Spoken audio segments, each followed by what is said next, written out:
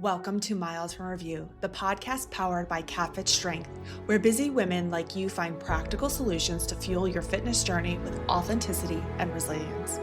I'm Kat, your host, a mom of 2 active boys, a business owner, and an ultramarathon runner, and a strength trainer in her 40s. With nearly 2 decades of experience, I'm here to help you cut through the noise of fads, hacks, and quick fixes. This is a space where we celebrate womanhood and motherhood, all while building strength and resilience and reconnecting with you from a place of self-compassion and worthiness. Whether you're lacing up your running shoes to go out for a run, driving your kids to practice, or squeezing in a moment for yourself, I'm right here in the trenches with you. Let's dive in. Welcome back to Miles from Review. I am Kat, and today we are just going to dive into this episode because it is a bit of a continuation of the conversation that I had in the last episode, where I did a deep dive into perimenopause and menopause and answering the question of, are there specific exercises that you need to be doing in menopause, perimenopause, and how do you train? The short answer is no, there's no specific exercise. I really encourage you to go back and listen to that. Put this on pause, hop into the show notes, click on that episode, and it will start to provide a greater picture as to what I'm going to talk about today.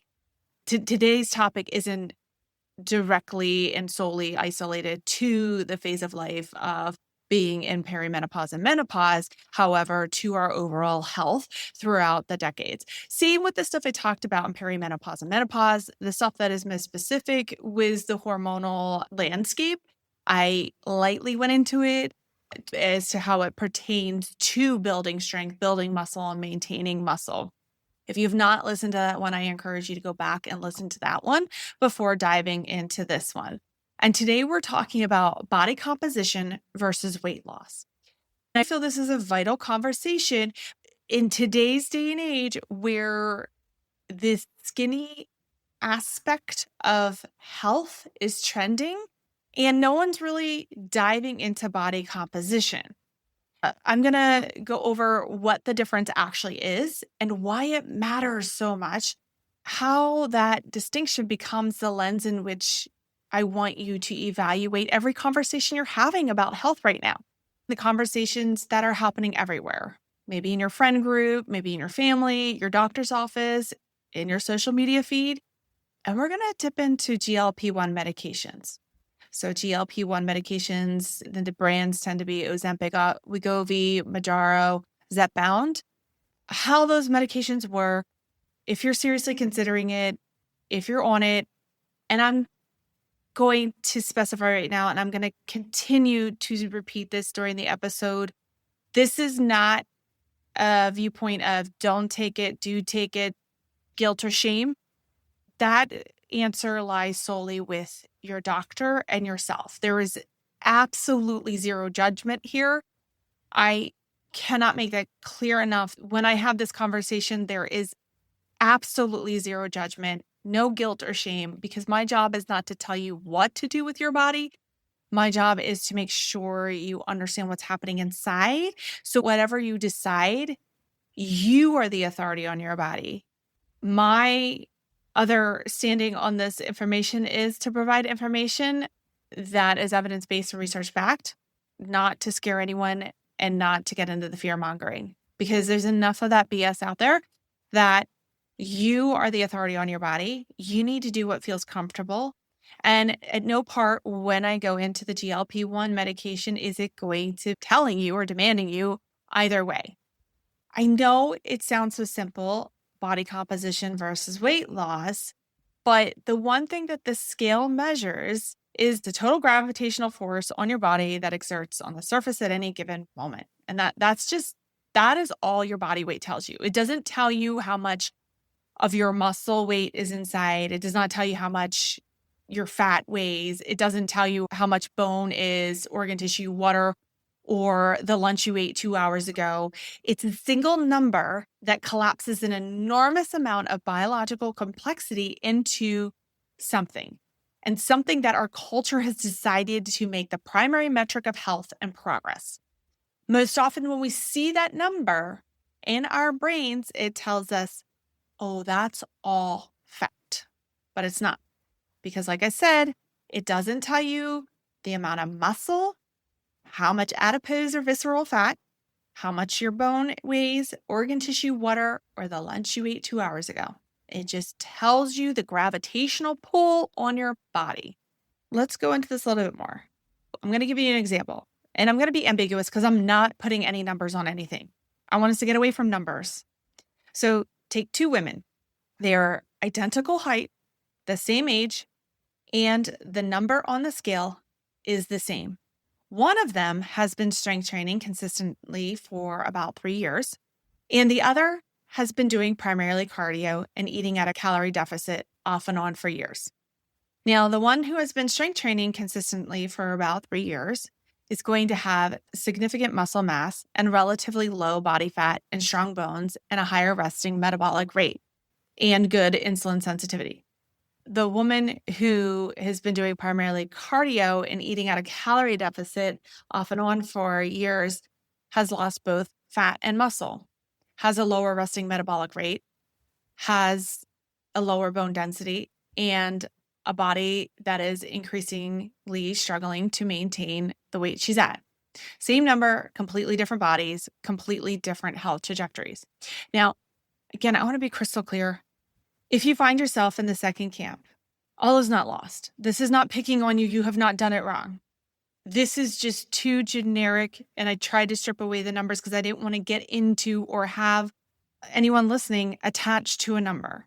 Just two case scenarios in which the evidence and the research shows that these body compositions typically show us with someone who has been strength training consistently for a number of years to someone who has been doing primarily cardio and eating at a calorie deficit on and off for a few years. Again, zero guilt or shame, just presenting the information here. There's a difference between weight loss and body composition change. So weight loss means the number on the scale goes down. That's it. It doesn't specify what you've lost: fat, muscle, water, bone density. Weight loss just captures all of it indiscriminately. Body composition means you are intentionally altering the ratio of fat mass to lean mass in your body. So you're preserving or building muscle while reducing fat. The scale may or may not reflect this. Okay, I'm going to say that part one more time because this is so important. The scale may or may not reflect this. Because if you're building muscle while losing fat, the scale may barely move at all. And it may even go up while your body is changing dramatically and positively.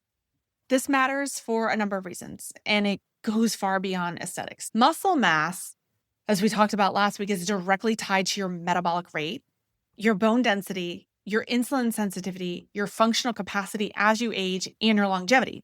And when you lose weight without protecting your muscle, you are losing the very tissue that is doing the most work to keep you metabolically healthy. Okay. And this is the intersection where GLP-1 medications come into the conversation about strength training. Because the way these medications work, the way they drive weight loss means that without a specific intentional strategy to protect your muscle, you will lose it. And that has consequences. We're going to go into GLP-1s, onto what they are, how they work, and why they've completely changed the landscape of weight management. So GLP-1 stands for glucagon-like peptide 1. So it is a hormone that your gut naturally produces in response to eating. And it does several things. So it signals your pancreas to release insulin in response to glucose. It suppresses glucagon, a hormone that raises blood sugar. And critically, it signals your brain that you're full. It also slows gastric emptying, meaning food moves through your stomach more slowly and extends that feeling of feeling fuller longer. GLP-1 receptors, agonists, medications like semaglutide, which are sold under brand names like Ozempic and Wegovy, and tirzepatide, I'm butchering some of these words, sold as Mounjaro and Zepbound. So they work by mimicking and amplifying this hormone signal. And so they make the body feel full. They reduce the appetite dramatically, and they slow gastric emptying. And they improve the insulin sensitivity and blood sugar regulation. So they were originally developed to treat type 2 diabetes, and these medications have become some of the most prescribed in the world. And that is because of their effect on weight. And the clinical trials have shown that people using a semaglutide for weight management can lose up to 15% or more of their body weight. And the tirzepatide numbers are even higher. So the Mounjaro and Zepbound are higher in some studies, close to 20%. And those numbers are meaningful, and they have genuinely changed the lives of many people, including people who have traditionally dieted and exercised where diet and exercise interventions weren't sufficient. And I want to be, again, clear with this, and I can't say it enough. I am not here to shame anyone who is using or considering these medications. This decision to use a GLP-1 medication is a personal medical decision, and it's between you and your doctor. It is not a moral failure to want to help manage your weight. It is not a shortcut at all for you to feel better in your body. I cannot stress that enough. And what I am here to do is just give you information that I think is critically underrepresented in the mainstream conversation about these medications, because the before and after photos are everywhere, and the conversation about what is actually happening inside the body during the transformation isn't really occurring. And again, if you have had success on these medications, that's amazing. There's zero guilt or shame. I have clients who are on these medications, and I fully respect their decision. Let's talk about muscle. We've gone over weight loss. When we are just looking at losing weight, oftentimes the conversation around muscle is not there. When the GLP-1 is introduced, this conversation around muscle is not there. When you lose weight through any mechanism, whether it's calorie deficit, medication, surgery, or any combination, your body does not exclusively lose fat. It loses weight from multiple tissue types, including muscle. And this is one of the most well-documented challenges in weight management research. And it is called lean mass loss. And in some studies, people using GLP-1 medications for weight loss, a significant portion of the total weight loss estimates in various studies range from 25 to 40% comes from lean mass, which includes muscle tissue. And in some studies, the number is higher. So what that means is if someone loses 40 pounds on a GLP-1 medication, between 10 to 16 of those pounds or potentially more may be lean mass, which is muscle. The metabolically active tissue we spent the entire episode last week talking about being critically to preserve. So why does this happen? A couple reasons. The medication dramatically reduces appetite, and people eat significantly less. And that's the mechanism behind this medication. And when you're eating significantly less, you are also eating significantly less protein. And as we talked about last week, protein, specifically leucine, is the trigger for muscle protein synthesis. Less protein means less stimulus for muscle rebuilding and repair. Second, if the caloric restriction is not accompanied by resistance training, there is no mechanical signal telling the body to hold on to muscle. The body, in the absence of that signal and significant caloric deficit, will catabolize muscle tissue for energy. It's efficient from a survival standpoint. It's not what we want from a health standpoint. Third, and this connects directly back to last week, for women in the perimenopause and menopause who are already at an increased risk for accelerated muscle loss due to declining estrogen, this effect is compounded. So the hormonal environment is already less supportive of muscle retention. And then add a caloric deficit on top of that without adequate protein and without resistance training, and you're accelerating a process that was already working against you. This is not a reason to avoid GLP-1 medications if they are right for you. It is a reason to make strength training and protein intake non-negotiable parts of the plan if you are using them.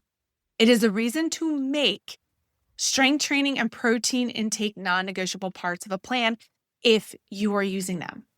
And the good news is, and there is definitely good news, is that this is entirely addressable. Research on GLP-1 users who engage in regular resistance training and maintain higher protein intake shows significantly better preservation of muscle, of lean mass during weight loss. The tool works with you when you use it in the right context. The medication can help manage your appetite and caloric intake, and strength training and adequate protein protect the tissue that make weight loss actually worth having. And I can truly attest this because the clients who I have on GLP-1 are seeing weight loss as well as muscle retention and gain, and their body composition is changing. So this is the perfect segue into why and what body composition actually looks like and why it should be the goal. Speaking generally, for a lot of women, this reframe is genuinely so liberating once you understand it. When body composition is the goal, the questions you ask change entirely. Instead of, how do I eat less? You ask, am I eating enough protein to support muscle retention and growth? Instead of, how do I burn more calories? You ask, am I creating a mechanical stimulus my muscles need to adapt to grow? Instead of, is the scale going down? You ask, am I getting stronger? Are my clothes fitting differently? Is my energy better? Am I recovering well? Those are the different questions, and they lead to different behaviors. They lead to fundamentally different relationships with your body and your training. As I discuss with my clients, the scale is one data point, and it's not the data point. Other markers of progress that are often more meaningful include strength metrics. Are you lifting heavier than you were 8 weeks ago? Body measurements. How is your clothes fitting?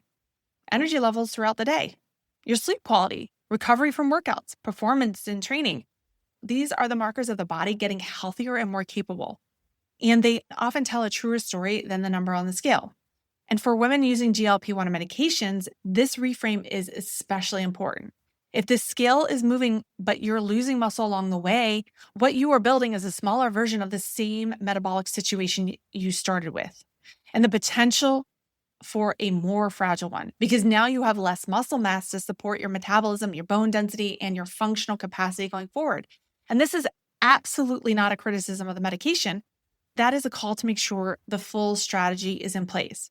So the goal, whether you're using a GLP-1 or not, is not to be lighter and smaller. It is to have more muscle and less fat, to be stronger and more metabolically resilient, to be building the kind of body that serves you, not just in this season, but in every season ahead.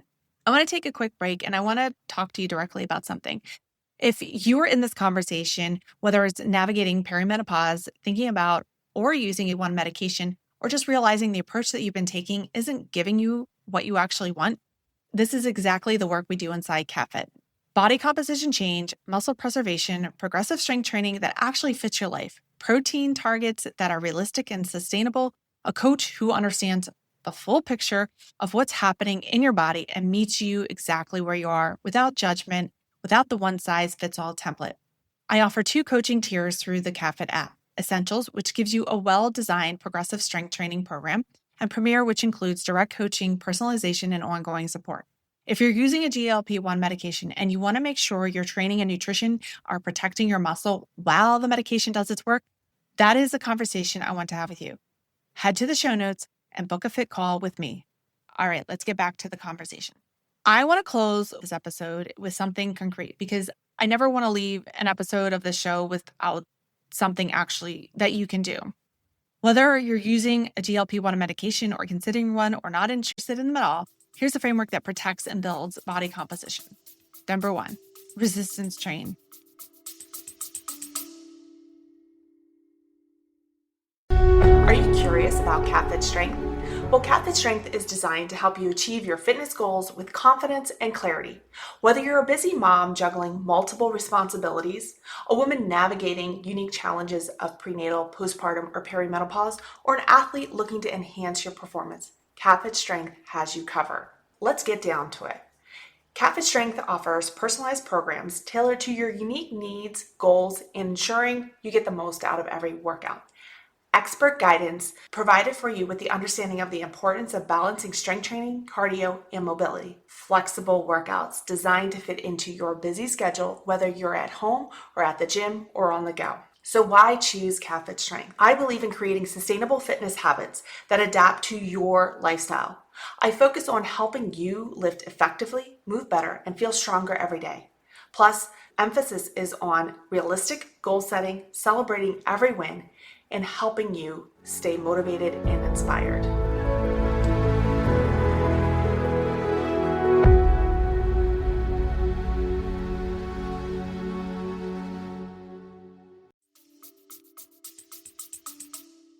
Consistently and progressively.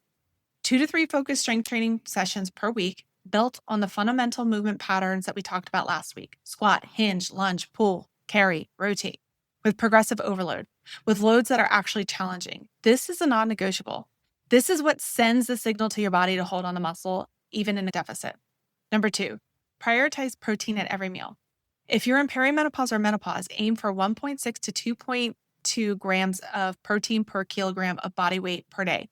If you're using a GLP-1 and your appetite is significantly suppressed, this becomes even more important because you're eating less overall, which means you have to be more intentional about what you eat. So protein first at every meal. Number 3, redefine what progress looks like. Get off the scale as your primary metric, or at minimum, add metrics alongside of it. Track your lifts. Take monthly measurements. Notice your energy. Notice your recovery. Notice how you feel walking up the stairs, picking up heavy things, moving through your day. Those are the markers of a body getting stronger and healthier. And they will tell you things a scale never will. And honestly, these metrics are the ones that light my clients up, that they get so excited to tell me in our sessions, in correspondence. These are the ones that I too am so excited to hear. Number 4, if you're using a GLP-1, tell your coach, tell whoever you're talking to. And I say this because it changes the programming conversation. It changes the nutrition conversation. And a good coach will factor in what the medication is doing, the appetite suppression, the caloric deficit, and make sure the training and the protein strategy is built to work alongside it. You don't have to navigate it alone, and you shouldn't have to piece it together for yourself.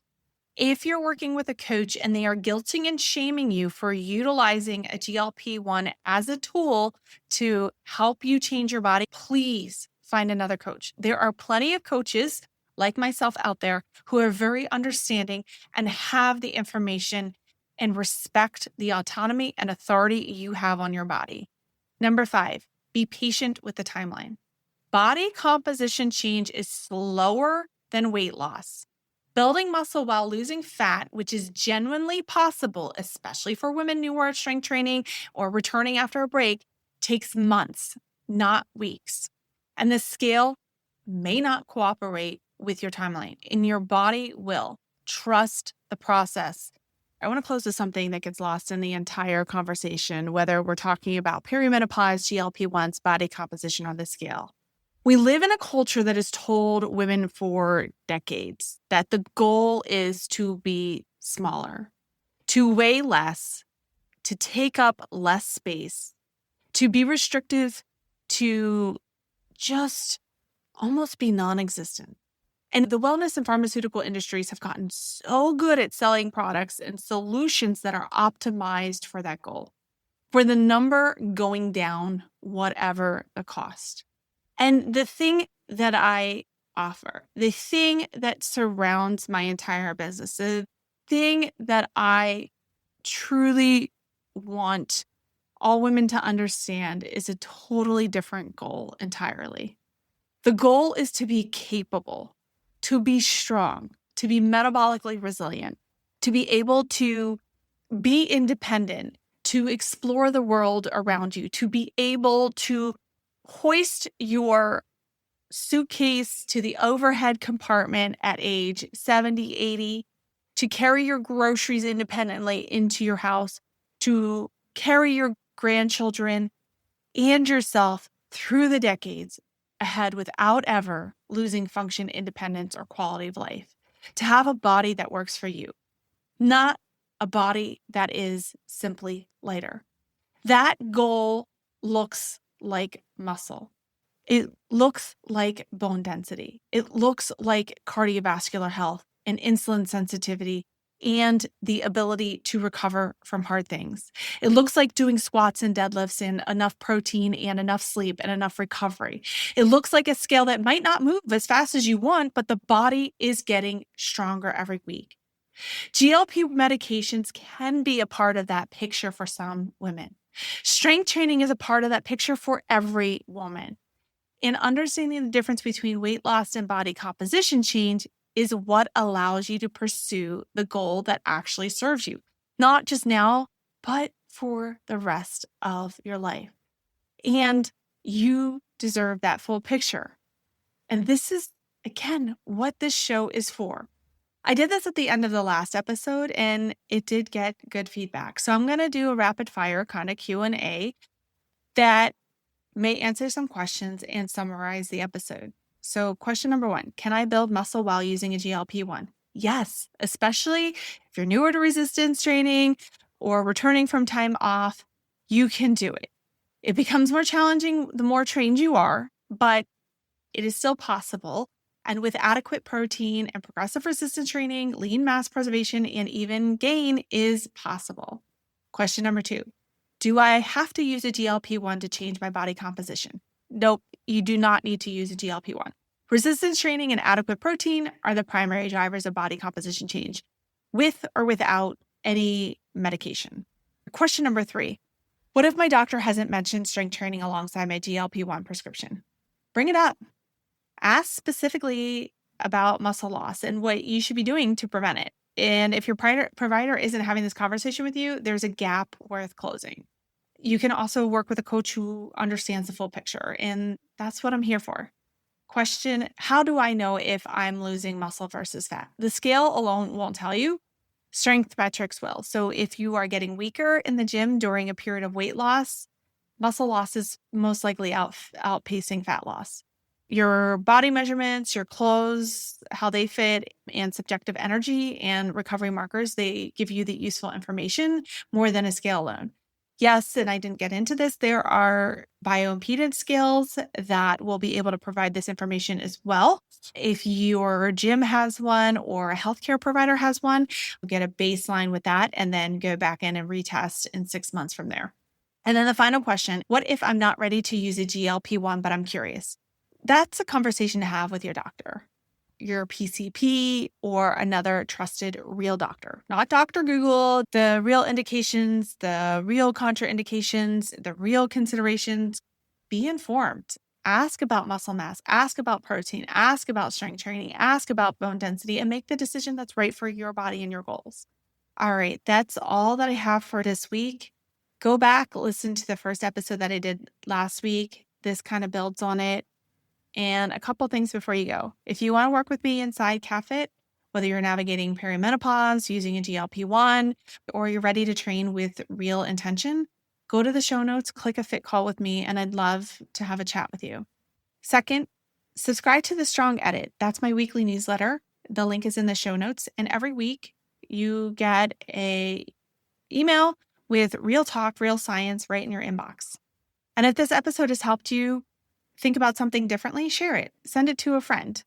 That's the best thing that you can do for the show. Until next time, keep moving, keep lifting, and remember, the goal is never to be smaller. It's always to be stronger. Thank you for tuning in to Miles from Review, powered by KatFit Strength. If this podcast inspires you, don't keep it for yourself. Hit follow or subscribe to stay updated on the new episodes and leave us a review to help more women and moms discover this space. Your feedback fuels this podcast, and I'd love to hear what's working for you or what topics you want to dive into next. You can connect with me on Instagram at KatFit Strength or share this episode with a friend who is ready to embrace her strength. Remember, fitness isn't about perfection. It's about showing up for yourself and finding strength in every step of your journey. Until next time, keep moving forward 1 mile at a time.